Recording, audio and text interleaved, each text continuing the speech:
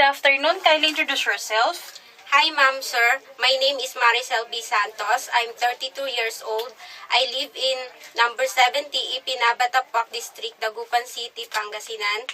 I am married. I have one kid, 6 years old, a baby girl. I'm married with Raimundo Santos Jr. We have 3 kids in the family. I have 2 brothers, and I am the youngest and only one daughter in the family. Ma'am. Okay. What is the work of your husband? The work of my husband is biomedical equipment technician in KSA. Oh. Ma'am. An OFW? Yes, ma'am. Okay.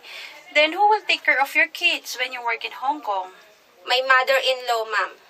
Did you go to college? Yes, ma'am. What is your course? BS Commerce major in Banking and Finance, ma'am. Are you a graduate? Yes, ma'am. It is a 2-year course or 4-year course? It is a 4-year course, ma'am. Okay. Excuse. Do you have any experience in working abroad before as domestic helper? No, ma'am. How about here in the Philippines? Do you have? Yes, ma'am. How many family members did you serve? Only one family, three family, ma'am. 3 family member, ma'am. Okay. And consist of? 1 children, mother and the father of a child, The couple. and the couple. Okay. How long did you stay in that family? 1 year, ma'am. 2 years, ma'am. Okay. Finish contract? Yes, ma'am. Okay. How many helpers do they have in that house? Sorry, ma'am. How many helpers do they have in that house? I am the only helper in the family, ma'am. And what is your main duties in your previous employer? Preparing the materials of the kids, going to school, preparing their foods, marketing, cleaning the house, and washing their clothes. Sometimes I'm tutoring the child, ma'am. Okay. Why you decided to work in Hong Kong? Because I think Hong Kong has the higher salary, and I want to earn money for the future of my family, ma'am. Okay. Are you willing to take care of a newly born baby? Yes, ma'am. What will you do if the baby is crying? If the baby is crying, I'll see to it that she is hungry. If she is hungry, I'll feed him. And if the diaper is wet, I'll change the diaper, ma'am. Okay. If your employer has a toddler kids, what can you teach them? A nursery song, ma'am.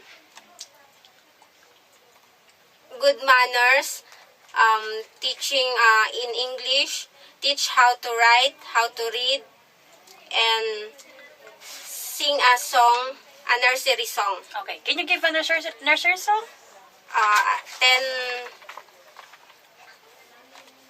10 Little Indian. Okay, go ahead.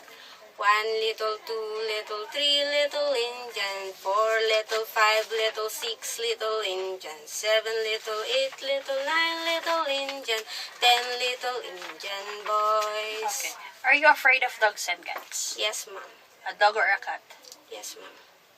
A dog or a cat? A dog. So you can take care of a cat? Yes, ma'am. Okay. What can you say about yourself, your attitude? I'm a patient person, honest, and trustworthy. If you were Ma'am. given a chance to work in Hong Kong, how can you control your homesick? I'll keep myself busy, ma'am, and do my job well. Okay. What kind of employer are you looking for? What kind of employer are you looking for?